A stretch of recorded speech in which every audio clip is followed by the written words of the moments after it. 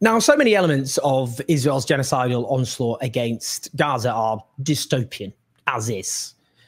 I suppose, notwithstanding the utter horror and depravity being unleashed against the Palestinian people, the lesson of our age is things can always get much, much worse. And something I've definitely been thinking about, and I know others have been talking about far more eloquently myself, is how what we're seeing could be the harbinger of a very, very dark dystopian future for humanity as a whole, that Palestine could be a laboratory for far, far even more hideous, if you like, forms of violence and control. And there's no better person to speak about that with than the brilliant Antony Loewenstein, who is just on the back of his brilliant book, The Palestine Laboratory, done a new podcast series with Dropsite News, a brilliant new project launched by Jamie Scarhill and Ryan Grimm, really brilliant American investigative journalists. And that site is doing incredible, some of the best investigative journalism, I would say, of our time, not least at the moment in terms of the genocide in Gaza. And this series looks at, in terms of the past, Israel's role in developing new technologies, military technologies, exporting them, and that model being exported around the world. And that has very much accelerated and is accelerating. And it could have some very terrifying lessons. We need to sit up and listen here, I'm afraid, because it's not like we weren't warned. Anyway, what's your introduction for you, Antony? How are you doing? I'm good. Thanks for having me, Owen. That was joyful, but appreciated. Thank you. We do have, work with the material that we've got. Brilliant work. I mean, all your work's always been brilliant. And it's, kind of been linked, in terms of the work you've been doing on disaster capitalism, which is, do check out Antony's books, everyone, by the way. I just want to stop, before we talk about this, I mean, in terms of your history and in terms of your kind of, I guess, your, how you developed in terms of how you saw Israel. I mean, that's because let's talk about your family. I mean, your family are Holocaust survivors. We'll talk about, tell me about your family history. Yeah, I was born in Australia in the mid-70s, and my parents, not Holocaust survivors, but my grandparents had escaped Nazi Germany. Most of my family were killed in the Holocaust. I'm Jewish, and I was brought up in what I would call a liberal Jewish home, which then, and I would argue still now in many so-called liberal Jewish homes, people said that you should support Israel. I was told when I was growing up that, God forbid something happened again to us as Jews, there was somewhere for us to go. And some viewers might know this, but those who don't, as a Jew, I can go to Israel tomorrow. And if I can prove that I'm Jewish, namely my mum is Jewish, I can become a citizen, an Israeli citizen with an Israeli passport. Now, I've never got that citizenship, just to be clear, but I could, theoretically. And when you're 10, you don't really understand the politics. And, you and I are roughly the same age, give or take. I think people's knowledge. Thank you. Yes, I'm actually 50 yesterday. Would you believe? But yes, there is kind of a sense, I think, that the knowledge of what was going on in the Jewish community 30, 40 years ago was minimal. Now, I use that as I guess, an excuse of sorts, no justification for it. I got into my teenage years and started hearing this profound racism. I started noticing racism against Palestinians, against Arabs. Was constantly told that Yasser Arafat, who was then the leader of the Palestinians, was essentially Hitler. Very familiar language, what we hear today. Palestinians it was a zero-sum game. It's us or them. Now, I'd never been to Israel. Most of my family had not been to Israel. But Israel was it was almost like a fiction. There was an idealized country that I was being told existed. It was a democracy. It was striving for peace. The Arabs hated us because we were Jewish. There was going to be another Holocaust unless we were strong. I didn't really hear details about the occupation or what that meant. I had no idea. And then got to university and started learning much more about the reality. Fast forward to 20 or so years ago when I started being a journalist professionally and started writing about this issue critically. At the time, look, I was writing as someone Jewish saying, back then, I support a two-state solution. I believe in a concept of a Jewish state. My views have changed on both of those quite a lot. But 20 years ago, that's a mainstream position, by the way. Yeah. The Jewish community in Australia, the Jewish establishment, I was condemned in Parliament. I had my first book in 2006 called My Israel Question, which was a critical look at the conflict and the role of the Israel lobby in the US, UK, and Australia. And the established Jewish community lost their mind. I mean, it was almost like I was this radical when, if you read the book, it was really moderate and mild anyway. And I think by that point I started I was never religious, but I had felt profoundly disillusioned with Judaism. Now, obviously Judaism and Zionism are not the same thing. I'm obviously very well aware of that. However, for many Jews and the Jewish community and Jewish synagogues, there is no difference. In other words, if you're a Jew, you're a Zionist. If you're a Zionist, you mostly have to be a Jew or evangelical or probably right-wing. Years ago, it's funny to think now, right, that years ago, the left celebrated Israel as a socialist paradise, which was always nonsense, of course.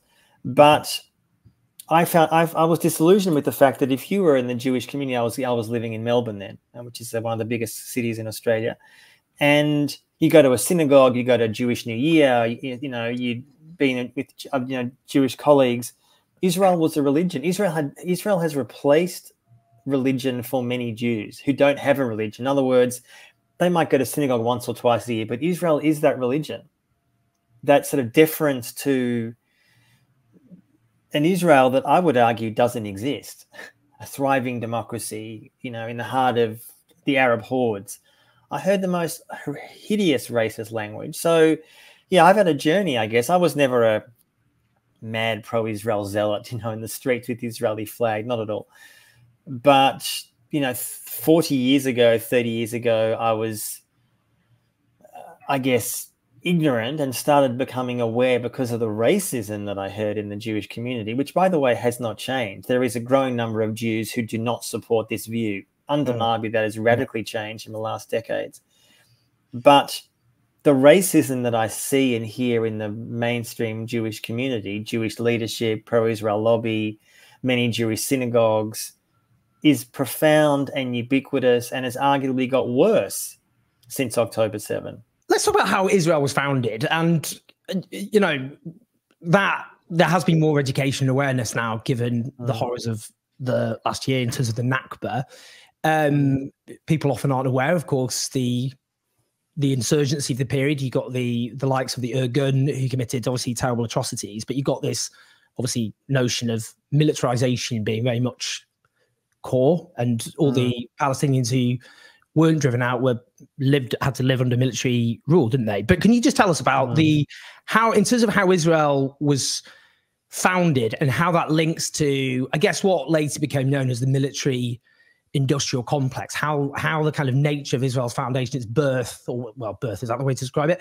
But how it was founded and what that how that linked together. Tell us about that. Yeah, no, I think it's central. I think the ideology of Israel today actually is pretty similar to what it was at the beginning.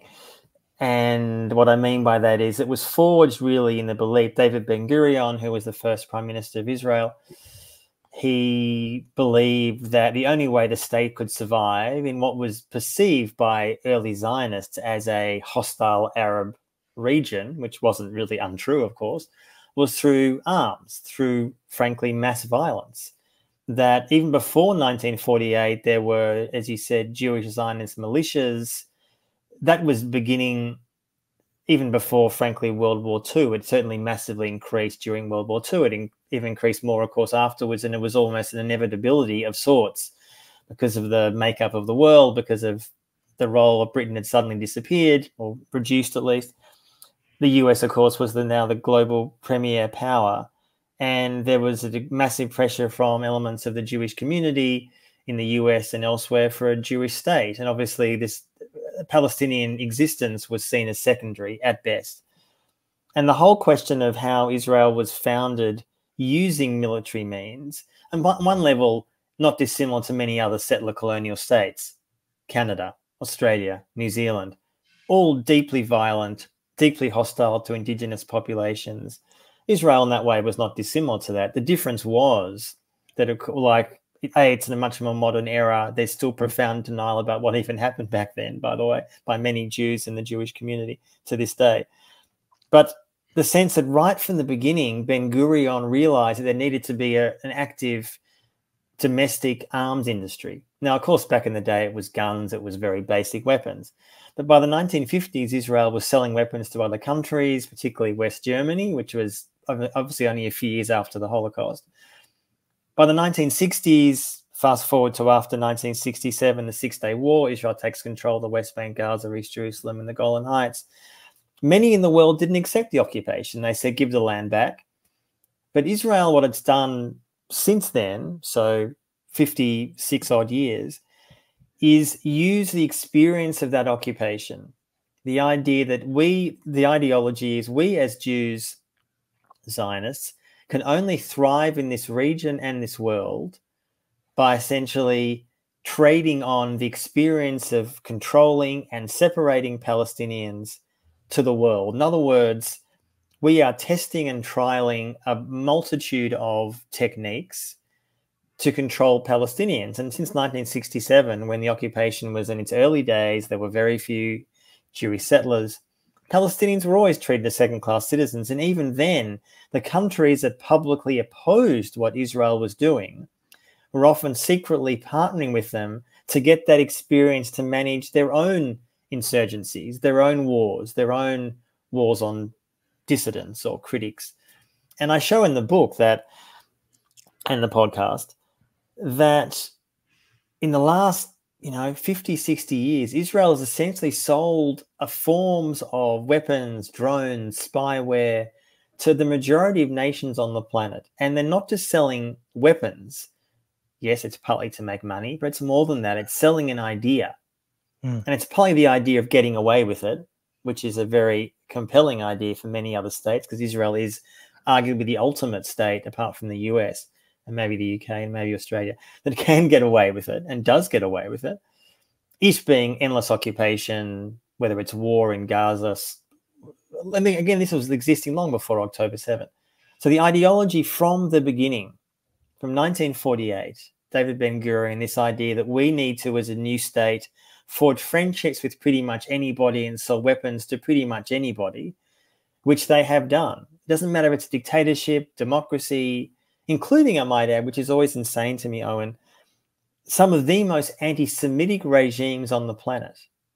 Now, as a Jewish state, the idea of doing that seems to me so incomprehensibly amoral, and yet Israel's had no hesitation doing that in the past and, frankly, to this day. It's interesting, actually. Argentina, just quite a striking example, in that had a far-right junta. And actually, it's quite interesting because you'll see Israelis with Argentine names, and obviously they fled that period. But it's not like Israel was taking a stand against the Argentine junta. Just so people are aware, what that junta did is round up, obviously, leftists, but they disproportionately rounded up Jews, and they killed and tortured huge numbers of Jews. And there's huge amounts of evidence of those soldiers and doing Nazi salutes and praising Hitler and all the rest of it. And some would say that was itself, the biggest massacre of Jews since the Holocaust in terms of the number of over a period were killed. And Israel would say, we're this bastion to protect Jews wherever they are around the world. We need the state to protect Jews wherever they are. But they were arming Argentina, didn't they? They provided weapons to Argentina, including, not amusingly, but when Britain, for example, was at war with Argentina over the Malvinas, let's call them that. Tell us about that. I mean, that's interesting. Yeah. I mean, the one thing that should be said about Argentina was when Israel was partnering with them decades ago, Argentina was known to be sheltering literal Nazi war criminals. Yeah. Mm-hmm. It's not like it was a secret. I mean, not that Argentina was promoting it to the world, but Israel knew this. Like literal Nazis who had fled Europe after World War II, fled Germany, and were being given protection. And that was no impediment to Israel selling weapons, giving training, knowing that Jews were being rounded up, some were being killed, some were being tortured. As you say, often there's testimony from Argentinian prisons at the time of posters of Nazis, as you said, Heil Hitlers, just the most gross behavior imaginable. There was no impediment to that. Now, another regime that often comes to mind in terms of anti-Semitism was Romania. People often don't think about Romania much these days in terms of being anti-Semitic regime, but Ceausescu was deeply anti-Semitic. he wasn't killing thousands and thousands of Jews, no, but he was obviously a gross dictator for decades, openly anti-Semitic. And is what Israel does with these partnerships. It's not just weapons. Yes, that's part of it. It's trying to, for example, get votes at the United Nations, because it comes from an awareness that so many countries, at least publicly, did not support the occupation of Palestine. But privately, and I would say the arms industry is central to that, they are able to so-called make friends, so to speak. And that has been in the past and frankly to this day. And I often see the Israeli arms industry as the ultimate insurance policy, that if you're selling, as I estimate, to about 140 countries on the planet, Israel is now the 9th biggest arms dealer in the world, which for a tiny nation is just unbelievable. I mean, the US is number one. It's 45% of the world's weapons comes from the US. Just an extraordinarily insane number. Israel's never going to be number one. It's number 9 at the moment, based on the figures from 2023 that we have. But the idea that you promote yourself globally for decades as one of the key leaders in weapons and spyware and surveillance to anyone who will buy it, under the guise of saying the only way we as Jews can survive is by selling to despots, really questions what the ideology of Israel is. Now, some people have said to me, well, Russia sells awful weapons. France does, Germany does, the UK does. Absolutely true. So does the US. I'm not denying that for a second. But the difference is that Israel has on its doorstep for decades an occupied population. Literally on their doorstep. People often don't realize, if you haven't been to Israel or Palestine, if you're in Jerusalem or Tel Aviv, it's not hours and hours and hours to Palestine. It's literally 15 minutes away, 20 minutes away. It's, you know, you're a neighbor, essentially. So to me, the idea of a Jewish state which claims to be born in the ashes of the Holocaust to provide protection for Jews actually is endangering Jews far more by selling and promoting weapons to the worst regimes on the planet. And this has been the case for decades. And in fact, in some ways, as we'll get to, it's ramping up since October 7. I mean, another really striking example is, I mean, well, there was Chile as well under Pinochet. So my family took in Chilean refugees, and I was always impressed and made the horrors of that regime. But apartheid South Africa, I think that's particularly relevant. At the moment, of course, post-apartheid South Africa is leading the charge at the International Court of Justice to obviously promote the case that Israel is committing genocide against the Palestinian people. And obviously they cite their own history in terms of knowing what apartheid is, knowing what living under a racist regime is. But clearly they're also, and have made it clear, that Israel was an ally of that oppressor. I mean, what do you think about what that says in terms of the, I guess, the solidarity that was forged there against, I would say, notably Jewish South Africans who were very prominent in the anti-apartheid struggle, who didn't have the solidarity of Israel. They were arming the state that actual Jewish South Africans were fighting against. I mean, yes, it's worth saying that there were some prominent Jews who were very much in the anti-apartheid movement, but it's also worth saying that the majority of Jews in South Africa supported the apartheid movement, as the majority of white South Africans did. Of course, yeah. And I mean, this is the relationship between Israel and apartheid South Africa, I think, is the classic relationship, which is not just about weapons. Yes, Israel was selling weapons to South Africa. They were assisting South Africa in its nuclear program, which would have been, which was successful. South Africa didn't thankfully ever use those weapons. But it was more than that. This is where it comes down to the ideological alignment between the states, that you have all this correspondence. I talk about it in the book and the podcast, of leaders, both political leaders and military leaders, writing to each other in the 70s and 80s particularly, talking about how much they admire the other's regime. We are fighting against the hordes of the world. We are in Africa, of course, that meant against the blacks, and of course in Israel, Palestine, it meant Arabs and Palestinians. We are brothers in arms. I mean, this language is used explicitly. And right at the end, and by 1994, when the regime essentially collapsed, the only country really, even after the US, by the way, had essentially cut ties, which took a long time, and the UK, Israel was right there at the end. Now, not publicly, but privately, in its correspondence, where they are concerned which is sort of insane in hindsight, that the change in regime might mean that their relationship with apartheid South Africa might change. Now, as you say, fast forward to the last year or so, there's no doubt that South Africa is pursuing this case for a variety of reasons. I don't want to speak for them, of course.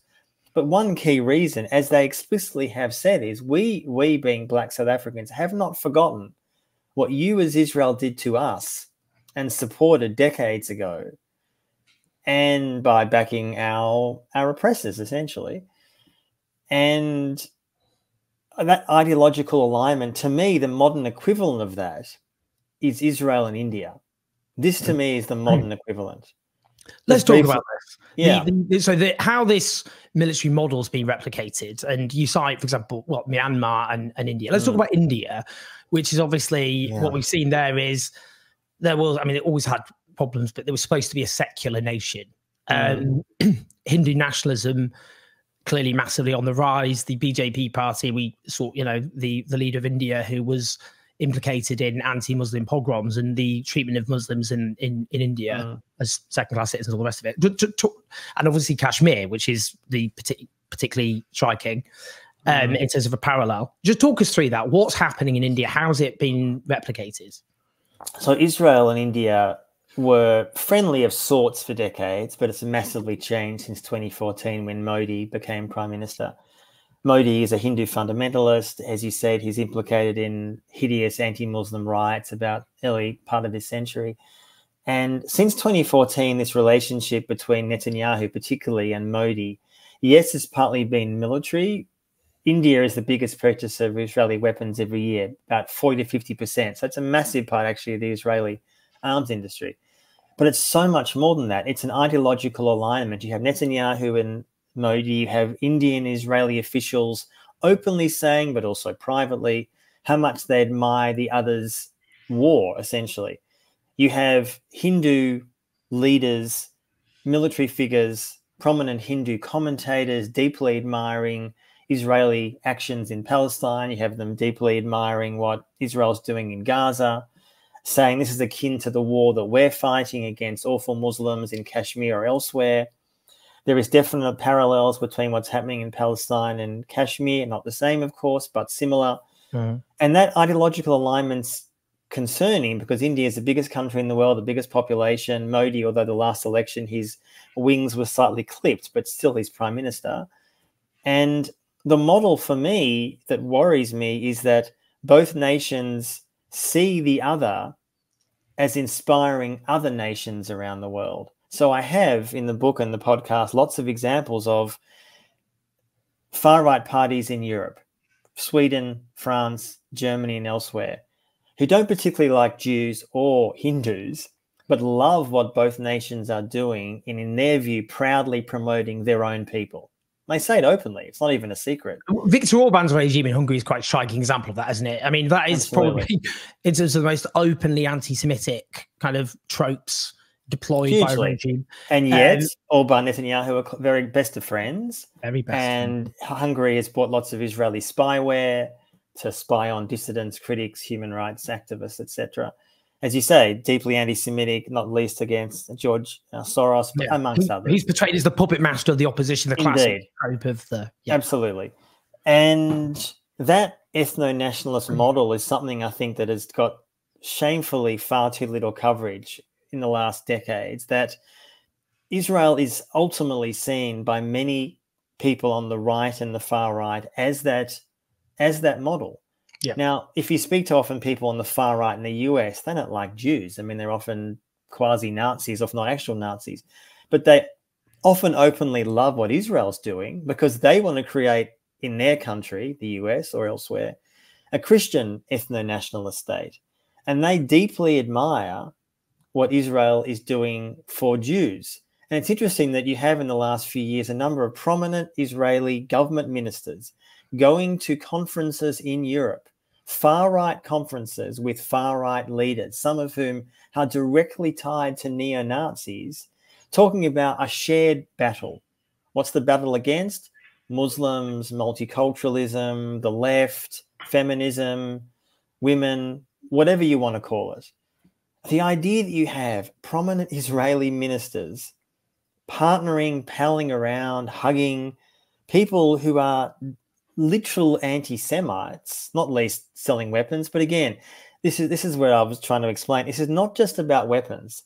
To me, the Palestine Laboratory is not just about weapons, although it's obviously partly that. And yes, it makes huge amounts of money for Israel. And as Israel's economy has some issues because of the war, they are more likely to look to that industry. But it's so much more than that. It's that inspiration, that ethno-nationalist model that I feared is finally that as the right and the far right is in the ascendancy in many countries, if we think on the left that Israel is very isolated, it is in some parts of the world, but in fact, the right and the far right admires Israel even more because of its behavior since October 7, right? I mean, Victor B. Spencer, the American neo-Nazi, is quite a striking case in point, who's repeatedly said, well, he's a neo-Nazi. There's the clue, isn't it, really? And obviously has used the same sorts of hateful speech against Jewish people as you'd expect a neo-Nazi to say. He also claims to be a white Zionist who has praised Israel's Jewish national state law, which cements the idea of Jewish supremacy in Israel, saying, you know, and then to create a white homeland for a dispossessed white race, calling for peaceful ethnic cleansing to halt the destruction of what he called his white culture. I suppose that's one example. But we come on more to the here and now. After 9/11, well, firstly, just quickly, something that might come in people's head is go, hold on a minute. If Israel's this big arms exporter, then the claims that the West, that Israel is reliant on the West and arms from the West in order to sustain its occupation and all the rest is a nonsense. Just quickly, because that will come up as a nonsense. Yeah. So Israel does produce a lot of weapons, to be sure, for its domestic use, but also globally. But when it's, for example, when it has been fighting in Gaza, say, without the US and frankly Germany, Israel could not fight this war. Germany was the second biggest sender of weapons to Israel since October 7. The US, of course, is number one. I read a study a few days ago from Brown University in the US that said that roughly 70% of all Israeli sort of military means since October 7 has come from the US, which on one level doesn't surprise anyone, I guess. But Israel is desperate to produce more weapons, more drones, and which is why increasingly they're partnering, in fact, with other countries, particularly India. So often you have big Israeli companies, Elbit, IAI, and others, increasingly building factories in places like India to produce drones and other weapons, which they then sometimes send back to Israel or to sell to other countries. So, for example, there are drones that allegedly have been made in India since October 7 that India has sent to Israel to be used over Gaza. So again, you see the complicity of not just Israel, which is bad enough, but other states that are openly happy to assist. So yes, Israel, if the US, for example, stopped the flow of weapons tomorrow, would the war in Gaza stop the next day? No, but it wouldn't last that long. That is the bottom line. It just wouldn't. Just in terms of after 9/11, we got the so-called war on terror announced, and Israel was very obviously opportunistically was like, "Hi guys, we're the frontier here. You know, we were doing this already," in order to reconfigure how their occupation was seen in the eyes of much of the world. This is in terms of how the Palestinian people really were treated as lab rats by the Israeli state after that. Can you just talk us through kind of how the defense industry of Israel exploded and the sorts of, for example, surveillance technology, how this was tested on the Palestinian people? Talk us through that. So Israel's arms industry, of course, existed long before 9/11, but 9/11 happened. There's an interview which I quote in the book, and it's in the podcast, on, I think it's September 11th or 12th, 2001. Netanyahu, who was not prime minister then, was giving an interview, and essentially he was asked what he thought about the events of the attack. And I'm not using his exact words, something like, "Oh, I thought they were great." And the interviewer said, "Oh, sorry, what are you talking about?" And he goes, "Oh, no, I don't mean great, but essentially now the world will understand what we're going through." Yeah. That Israel, basically the world will get us. And in some ways he was right, because here we are 4 years later, and Israel's arms industry has never been bigger. Israel essentially sold itself, as you said, Owen, as the solution to your problems. You got a problem with terrorism, you got a problem with dissidents, you got a problem with troublemakers, come to us. We've been doing this for years against Palestinians. Let us show you how to do it. So Israel's sort of homeland security industry explodes. They are able to promote their wares to everything from providing security for major sporting events to selling drones. Israel started, for example, testing many more drones over Gaza in about 2007 and 8. Some of those drones now are used by the European Union over the Mediterranean. Those drones are unarmed, but they essentially are being used to so-called monitor refugees. And the fact that the European Union has made a decision in the last, I'd say, 7 or 8 years to let people drown deliberately who are brown or black, that's essentially the unofficial EU policy. The eyes in the sky that is making that decision is coming from an Israeli drone. And the reason the EU are using those drones, which they openly say, is because they were battle tested in Gaza. That's one example, and there are so many others. So 9/11 became this massive marketing opportunity, essentially, for Israel. Yes, everything from Pegasus, the Israeli spyware, to sophisticated drones, killer drones, various other forms of surveillance, massive amounts of a so-called the startup nation ideology, which I discuss a lot in the book and the film. The whole concept of that, when it was released about 15 or so years ago, was Israel's so innovative. And often you even still see today media reports saying Israel's got a relatively small population, all these super innovative people developing the most sophisticated weapons and ways to deal with, say, climate, for example. Okay. What's ignored deliberately in that thinking is all these people are getting that experience in the occupation. Their job is to be in the military day after day after day, monitoring, surveilling, imprisoning Palestinians. That is their job. They do that for years. Then there's a pipeline into the private sector. So many of the tools and weapons and spyware and surveillance that Israel has been developing and selling and promoting comes from that experience. And that key point was deliberately left out of the so-called startup nation propaganda. So 9/11 has been important to crystallize that, because the language that Israel used then, and frankly they're still using now, is we are on the front lines of a war for civilization. I mean, there's been lots of comments that I remember one that is in the podcast, Naftali Bennett, who's a former Israeli prime minister, has ambitions to be prime minister again. And essentially has said for years, but including since October 7, some words to the effect of Israel needs to become a high-tech Sparta.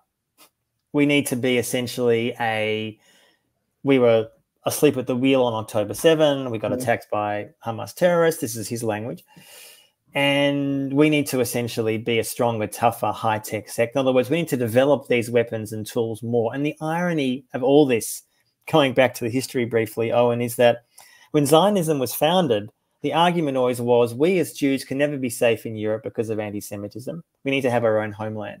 Now, you fast forward 120 or so years since Zionism was officially created in the late 1800s.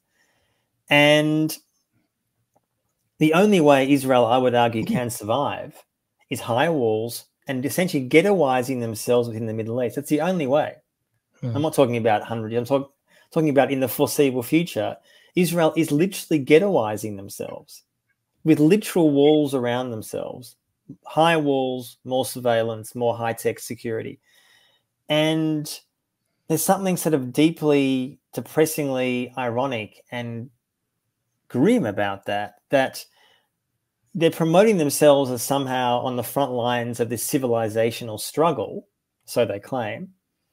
And Bennett and many others, Netanyahu himself has said, we're fighting the war here, so you don't have to fight the war there. And what that means is we're fighting all the awful terrorists here, so they're not going to come onto the streets of London or Paris or New York, which is exactly, by the way, what the US started saying after 9/11. We've got to fight all these awful terrorists there being Iraq, Afghanistan, and not on our own streets, the US.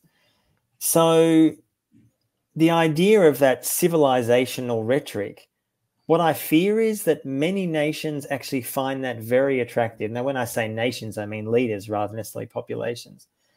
And I worry that even with the genocide in Gaza, that so-called appeal has actually not decreased for many nations around the world. I mean, before, because that's finally what I want to end up just talking about. I mean, in terms of this genocidal onslaught, I mean, I have sometimes thought about Black Mirror, the TV series developed by Charlie Brooker, which kind of looks at dystopian uses of technology, with a big caveat, because nothing in Black Mirror is as depraved and monstrous as what we're seeing. So I think that's quite an important caveat, as dark as Black Mirror can be.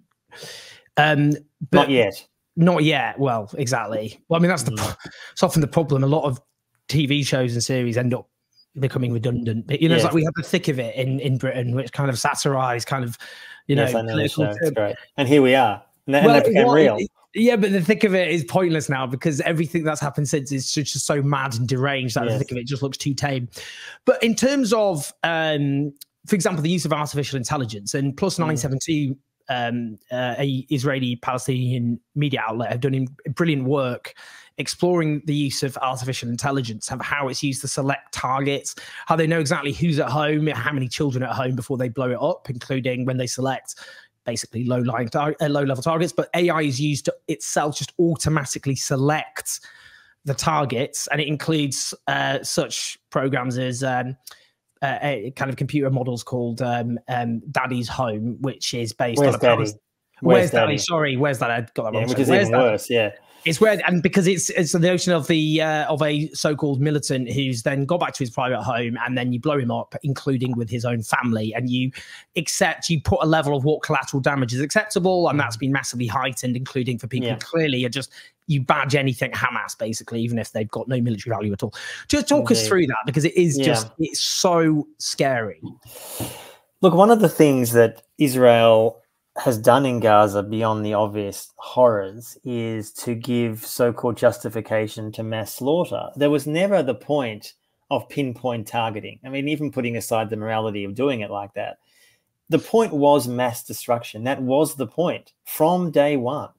And some of the reporting from 972, some people I've spoken to as well, many have said that so much of what Israel has done is infused with this deep sense of anger and grievance and revenge and racism and dehumanization. Anyone who spends any time in Israel or reads the Israeli press in general, with some exceptions, there are no Palestinians. They don't exist. They only exist as either a security threat or as people who deserve to die. You don't hear their stories, you don't hear their narratives, you don't see their tears. I mean, it just doesn't exist.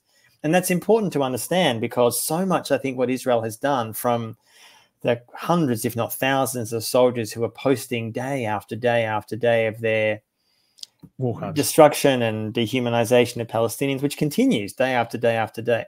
That can only happen in a society which supports it, that dehumanizes Palestinians so successfully. So when we talk about AI and the use of that in Gaza, I've written and spoken a lot about it. And yes, essentially Israel is now able to create huge numbers of so-called targets, often people who have maybe some tangential connection to Hamas or not. Justification is then given, according to Israeli lawyers, God knows how they make this justification, that we can kill huge numbers of people who are in the wrong place at the wrong time. Sorry about that, but it's not like there's any global accountability anyway, so why change it? But one of the things that I always say when I discuss AI is that AI does not operate in a vacuum. AI can only survive and thrive with certain kind of ideology. It's an ideology of extermination. That's the only way to see it. AI is a tool. AI is not sort of politically neutral. AI is infused, within, in Israel at least, with this concept of mass revenge, mass destruction. So yes, Israel can create huge numbers of so-called targets from some random person who may have once spoken to a Hamas guy because he had his number in his, on his WhatsApp. And it's important to note that there's massive big tech complicity in this. Amazon and Google are providing huge amounts of cloud services long before October 7, but certainly since. So deep complicity of big tech in what Israel is doing. Israel's been testing and using killer drones, so-called quadcopters, mass surveillance, huge amounts of biometric tools. They've been playing with Google Photos, which is an off-the-shelf product, which they've been playing with to be able to access huge amounts of data of Palestinians in Gaza and store that information on the cloud provided by Amazon and Google. So this dystopian future is now. It's here. And I know that there are many governments around the world, despite what they say publicly, are looking to what Israel has done in Gaza with profound admiration. Because ultimately, as I said it before, it's finally, Owen, is that Israel's got away with it. No one's stopping them. No one has stopped them. Now, I can't predict the future. No one can. But they've gotten away with it so far, and I don't really see in the short term how that's going to change. Tell us about how the page attacks in Lebanon, which were described by a former CIA director as terrorism, I might add. How do Israel's pager attacks fit into this dystopian future? Yeah, I mean, the pager attacks were disturbing. There's obviously been examples of supply chains being screwed with by the US, by China and others. But what the first thing I thought of when that happened a few months ago was you've now got a proof of concept that what I fear will happen in years to come, although obviously there was a degree of sophistication to pull that kind of attack off. It takes years to do it.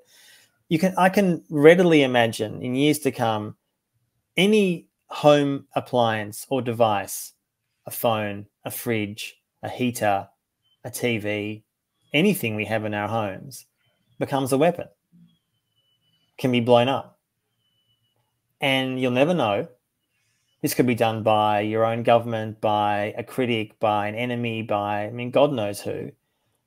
And I know since this pager attack that there are many global intelligence services that saw what Israel did with both fear, but also real excitement. Now, a lot of countries wouldn't be able to get away with that or wouldn't be able to even pull it off. But there is that sense that I feel real fear. I'm not talking about, hopefully, me personally. I'm talking about what this heralds for the future. That, as I said, if your home devices, your personal devices, not even just your phones, I mean, most of us don't use pages, right? But fridges, like anything in our modern home can become a weapon. And I think in years to come, like a lot of what Israel does, they will deeply regret it. Israel's really only got away with it because essentially mostly it's not done back to them. But karma happens. And what I mean by that is that, you know, when how do I say this? That there is something about the laboratory, which the pages, by the way, are a perfect fit with that model. And it's important to say, I'm not arguing that everything Israel is doing is simply to sell it. It's not that. Israel's going into Gaza, screwing with pages for its own perceived justification. Not that I accept them, of course. I don't think they're simply doing it to sell it. But I do know when it comes to, say, AI in Gaza, that there are many countries that look to that with admiration. They say, we could also work, for example, with Google or Amazon. And Google or Amazon are also using Gaza as a laboratory because they can also say, you see what we can do in Gaza? We could do that for you as well. I'm just thinking, insert other conflict here. This is the danger of it. And without any kind of regulation or break on what Israel is doing, this laboratory becomes so deeply alluring to many other countries, and frankly also allows Israel to imagine a world where, in their, I would say, deluded thinking, they are somehow omnipotent. And it's just, I mean, what's crazy about this whole thing, Owen, is that all this behavior by Israel in the last year, well, frankly, the last 80 years, but the last year particularly, has made all of us more unsafe. When I say us, I'm talking about Jews, non-Jews, this delusion somehow that by killing every Hamas leader and Hezbollah leader and God knows how many other people and tens of thousands of civilians and destroying Lebanese villages, all that somehow makes you as Israel safer or Jews safer is just the height of hubris. And it's so depressing to see mainstream Jewish leaders around the world, in your country, in my country, in the US, claiming that's what Israel has achieved. It's just a deluded lie.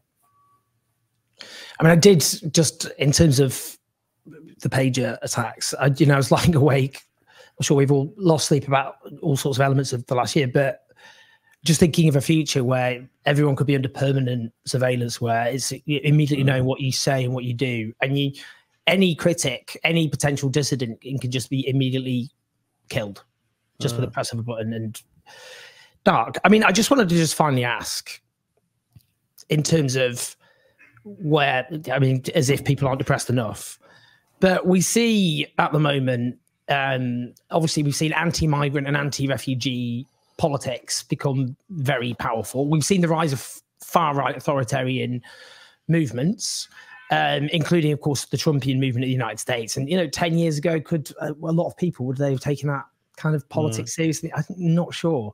No. It happened here, the kind of rise of, fascistic type movements. And we can see it across Europe at the moment. I mean, Viktor Orban's Hungary is a model that a lot of, in Austria, the far-right Freedom Party came top in the elections. I just went there in the aftermath of that. And they, anti-fascist activists in Austria say, actually, if anything, they're more extreme than Orban. And by the way, those parties you just mentioned love Israel, and the feeling is mutual. Yeah, I know. That Israel. I mean, you saw that in terms of the statements after those parties, how well they did, and the response in Israel in terms of politicians and media outlets. What do you think? How do you think? We're looking at that in terms of. And also, I didn't even mention the climate emergency and the impact. Well, the emissions, which were overwhelmingly the global north is guilty of, but will be felt most catastrophically and are already. That's reality in the global south. But how that has an impact in terms of, population movements, all the rest. How do you see this in terms of the danger of what the global north could look at what Israel's and basically look at the rest of the world like that, and we're going to protect ourselves from the mob outside? I mean, this is what I call the Palestinianization of the world, and what I mean by that is that many first world nations or global north, whatever term you want to use, US, UK, much of Europe, Australia, my country, and others, view that so-called risk of huge amounts of refugees as not an opportunity, but a way to both literally and metaphorically build high walls, more security, more surveillance, more so-called protection. And a lot of that experience that those countries are going to go to, the so-called border industrial complex, is Israel. It's not only Israel, the US obviously is a big player in that too. But Israel is a key player, massive player, in fact, in that surging industry. And the fact that there's already the latest UN figures of refugees in the world is the highest since World War II. It's only going to increase in the coming years because of the climate emergency, amongst other issues. And I see, don't want to get too dystopian here, but too late. I know exactly. Yeah. That ship sailed, didn't it, a long time ago? But no, I think the idea of seeing, as we talked about before, Israel as an ideal model and ghetto to copy what the Europeans increasingly want to do with offshoring refugees, which is what Australia's done for a long time, by the way, sending migrants to faraway places to detain them, to allegedly process them, but often they're in limbo for years in some of those facilities, including in Greece, which is a testing ground now for much of this. There's a lot of Israeli tech. And in some ways it makes sense because many European nations, parts of the EU establishment, the parts of the European far right, from Sweden to France to Germany, are looking to Israel as the model. Now, again, to be clear, I don't think everything that, the Swedish far right does is because of Israel. Of course, that's not the case. They're doing it for their own deluded reasons. But there is a sense often that the far right wants to kind of whitewash itself by being friends with Israel and saying, you see, it's like, oh, my best friends are Jewish. See, I love the Jews. I'm best friends with the Israeli government. And to me, what worries me is that as Israel moves, not inevitably, but more and more likely towards a potential theocratic future, a Jewish theocracy, that the vision of those people in Israel is essentially Afghanistan. That is their vision. Obviously Jewish, not Muslim. That's their vision. That's not a majority of Israelis who think that, but it's a sizable and powerful minority in Israel who frankly have the political ascendancy, have for years, part of the more religious, hardcore nationalist movement, the ones who were the settlers. I mean, I've said this as an aside, that if Israel wants to have 1 or 2 million settlers in the West Bank, which they claim they do, the only way that's going to happen, by the way, is if evangelical Christians are allowed to settle there, because there aren't enough Jews in the world that want to go. There just isn't. So Especially as Jewish Americans diverge in their opinions. Indeed. Which is particularly younger American Jews have turned away from But that's been replaced by evangelicals and the American right and Orthodox Jews. So as liberal Jews, more and more, the only sort of one of the signs of hope to some extent is that there's a civil war going on in the Jewish community. There's a lot of younger Jews, thankfully, who don't share the hard right fascist policies of Israel. And they're increasingly either moving away from Israel entirely or trying to fight for a different kind of Judaism within their own communities, which I very much support.